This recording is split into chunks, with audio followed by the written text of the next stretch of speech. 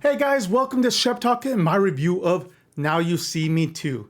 Directed by John M. Chu, starring Jesse Eisenberg as Atlas, Mark Ruffalo as Dylan Rhodes, Woody Harrelson as Merritt and his evil twin, because why not, Dave Franco as Jack, Daniel Radcliffe as Walter, Lizzie Chaplin as Lulu, or Lula, Lizzie Chaplin as Lula. Now You See Me Too has a runtime of 2 hours and 9 minutes. Story.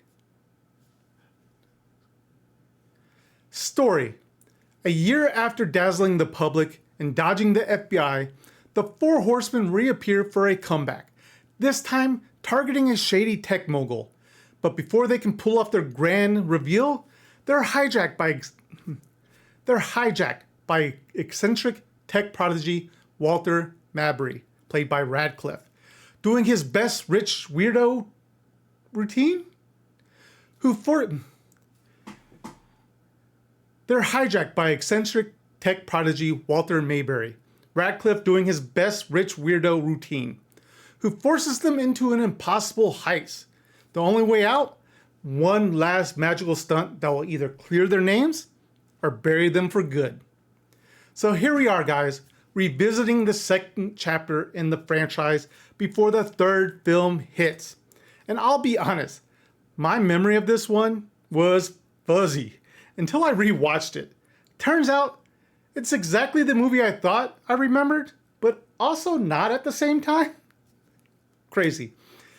Sequels are always walking a tightrope, trying to recapture the magic of the original while bringing something new to the table. Now You See Me Too mostly sticks to the original structure, but shifts the tone just enough to feel both familiar and oddly different. One thing I generally enjoyed, though, the deeper dive into the lore of the all-seeing eye. Give me some more shadowy secret societies and hooded figures with magical flair. Oh, and that clean room heist? Easily one of the best set pieces in the entire franchise, hands down. That scene alone is worth the rewatch. Actors. The four horsemen still have that snappy chemistry that made the first film fun. They feel like a crew who's pulled off dozens of missions between movies. And that unspoken history just works for this movie. That said though, can someone please explain Mark Ruffalo's character arc here? He feels even more out of place here than in the first film. The on-the-run subplot is clunky and half-baked, like the writers knew they had him on the cast and they just threw darts at a corkboard labeled plot ideals. As for Lizzie Kaplan's Lula, props to her.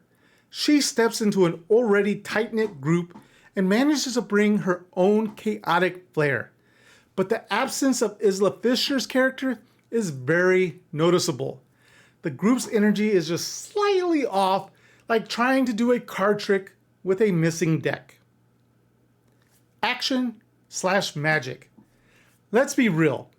This series lives and dies by its magic sequences. Unfortunately, this one takes a while to get there.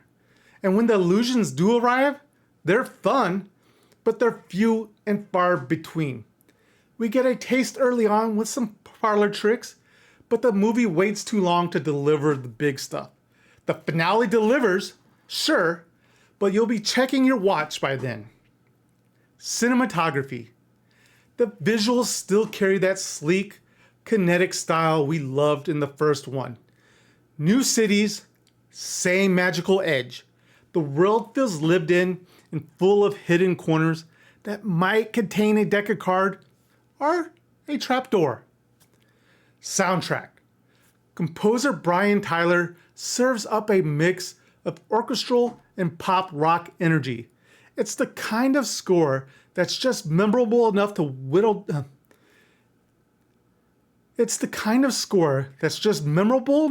whistle on your way out the theater. Versatile, slick, and on brand for this illusionist adventure. Now, onto some of my nitpicks. Isla Fisher's absence. Lizzie Kaplan holds her own, but the dynamic is clearly missing a piece. You can't just swap a queen for a joker and expect the hand to play the same. Not enough magic. Magic is the main attraction, but the movie meanders through exposition and tech babble before finally putting a rabbit, or in this case, a microchip, out of the hat. Plot holes you could drive a tank through. Look. If you're here for airtight logic, you're in the wrong theater. These films ask you to suspend disbelief, then lock it in a disappearing box and shoot it into the Hudson. Just go with it. Overall, Now You See Me 2 is a sequel that tries to recapture the charm of the original while expanding its world's lore. And it mostly works, but it does stumble when it comes to characters' arcs, and the pacing. There's still fun to be had here though, especially in the slick set pieces and magnetic, pun intended, ensemble. But the magic trick isn't quite as seamless this time around. If you're a fan of the first film or just love stylish heist flicks with a magical twist, this sequel is worth a watch, even if it doesn't fully stick the landing. With that being said though, Shep Talk gives Now You See Me 2 2.5 Sheps out of 5. Thank you for tuning into this review. If you enjoyed this video, don't forget to like, comment, and subscribe. But also check out these other reviews on the channel. I've got plenty of cinematic illusions to share. But guys, that's all I got time for this time. Thank you for watching, and I'll see you in the next review.